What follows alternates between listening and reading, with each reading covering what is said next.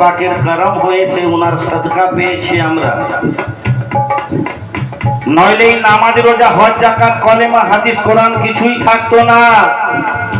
কারবালার মরু প্রান্তরে এজিদ সব নাস্তা নাবুদ করে দিত, আর আমরা সেই জাহেলিয়াতের যুগে ফিরে যেতাম।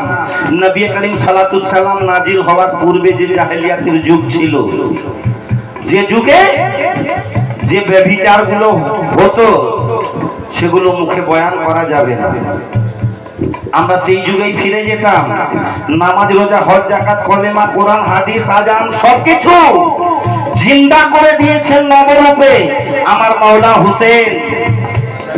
অনেক বেটা বলে থাকে যে নামাজেতে পাক পাঞ্জেতানের যদি স্মরণ এসে যায়, মাওলা আলীর যদি স্মরণ এসে যায়, মাওলা হুসেন পাকের যদি স্মরণ এসে যায়, নামাজ নাকি তাদের কাজা হয়ে যায়। লানত তাদের উপর,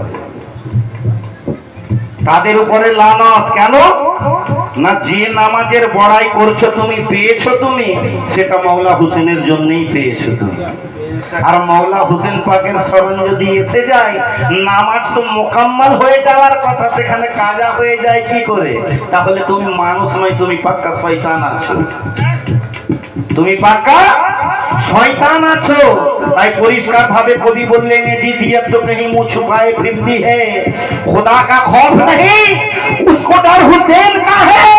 अरे हजार असर है